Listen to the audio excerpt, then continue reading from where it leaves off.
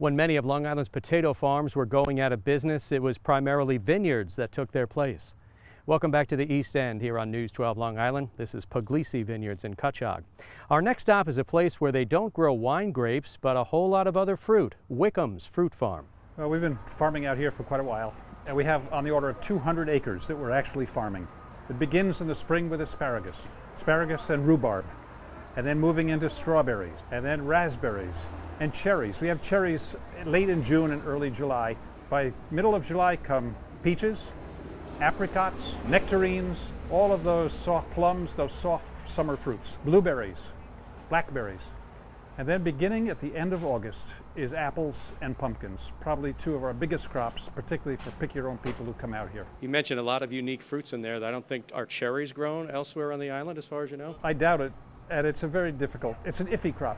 1 year in 3, we get a total wipeout, and 1 year in 3, it's sort of half and half. Even the plums and the nectarines, that's somewhat unusual, right? It is unusual, but our customers like it, and so we grow it. The big plums that you can buy in the supermarket, we really can't grow them here on Long Island, and if we could, they're not very tasty. What we have are 3 or 4 new varieties, rather small, very juicy, very sweet, and flavorful. One of them is Early Golden, a golden yellow plum that is ripe right beginning the 3rd week of July. We also have other Santa Rosa, Shiro, and then we have European plums. We have a whole range of them we're trying. We think they add something to our business, but they're probably not going to be a mainstay. Historically, we were a peach farm, and people still say, hey, we want to go to Wickham's Peach Farm. And it started out as a peach farm. It's still a very important part of our business. Apples have grown equal to it and in many years exceeded it, particularly because of the pick-your-own aspect of it around Columbus Day and in October. Well, this is a variety called Glen Glow. It's a new variety developed just a few years ago, and we were one of the first people growing it, I guess, and it's just comes in at just the right time of year. With peaches, every variety has its own niche, and always about the 2nd or 3rd week of July is an area we have to fill. But when people come to pick here, we try to give them a little direction on how to pick, and there's a technique to it that works, and there's other techniques that really don't. First of all, you don't just shake the tree, because you're likely to lose a lot of fruit. You grab hold of it, you turn it and roll it up like that, and it'll come right off. How much do you do with Pick Your Own? Pick Your Own is a bigger and more important part of our business, and we're trying to promote it each year. We think it's important. We don't think we can expect customers to always come and buy stuff at our shop. We need to offer something that's attractive to people, and the country experience to actually pick their own fruit. People do seem to respond to that, and we're happy. We're actually tailoring our orchards for that purpose. Well, these are all blueberry plants that we planted about 11, 12 years ago. Each row is a different variety that ripens later, so that we start off on the right-hand side and people pick all of them, and then they move to the next row or the next row. And so they're 10, 12 years old. What is that for a blueberry? Is that middle age, old age? Blueberries will go a long time. We have some blueberries on the farm that are more than 40 years old. Wow. And they're still producing. I notice a lot of nets around here. What's that for? When we first put out these plants, we started getting green blueberries in the spring, as you always do.